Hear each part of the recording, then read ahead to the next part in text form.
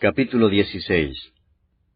Después llegó a Derbe y a Listra, y he aquí había allí cierto discípulo llamado Timoteo, hijo de una mujer judía creyente, pero de padre griego, y daban buen testimonio de él los hermanos que estaban en Listra y en Iconio. Quiso Pablo que éste fuese con él, y tomándole le circuncidó por causa de los judíos que había en aquellos lugares, porque todos sabían que su padre era griego. Y al pasar por las ciudades les entregaban las ordenanzas que habían acordado los apóstoles y los ancianos que estaban en Jerusalén, para que las guardasen. Así que las iglesias eran confirmadas en la fe y aumentaban en número cada día. Y atravesando Frigia y la provincia de Galacia, les fue prohibido por el Espíritu Santo hablar la palabra en Asia.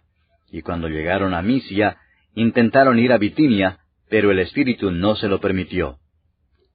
Y pasando junto a Misia, descendieron a Troas. Y se le mostró a Pablo una visión de noche. Un varón macedonio estaba en pie rogándole y diciendo, «Pasa a Macedonia y ayúdanos».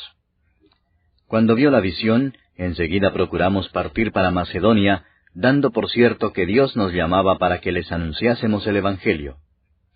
Zarpando pues de Troas, vinimos con rumbo directo a Samotracia, y el día siguiente a Neápolis, y de allí a Filipos, que es la primera ciudad de la provincia de Macedonia, y una colonia, y estuvimos en aquella ciudad algunos días.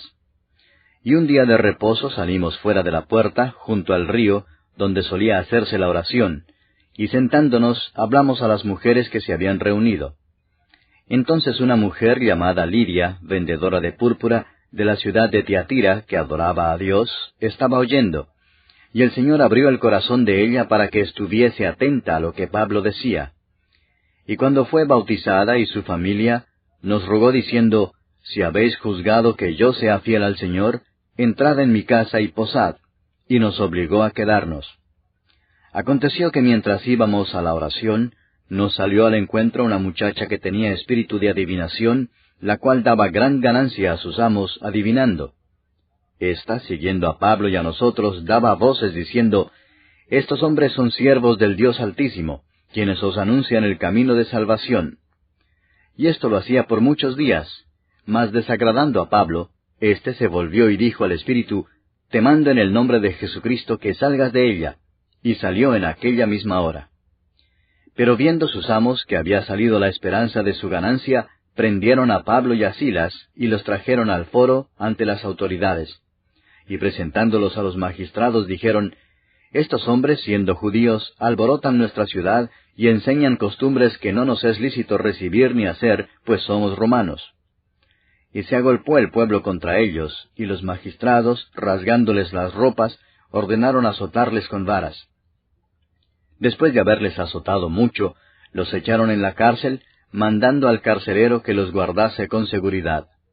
El cual, recibido este mandato, los metió en el calabozo de más adentro, y les aseguró los pies en el cepo. Pero a medianoche, orando Pablo y Silas, cantaban himnos a Dios, y los presos los oían. Entonces sobrevino de repente un gran terremoto, de tal manera que los cimientos de la cárcel se sacudían, y al instante se abrieron todas las puertas, y las cadenas de todos se soltaron.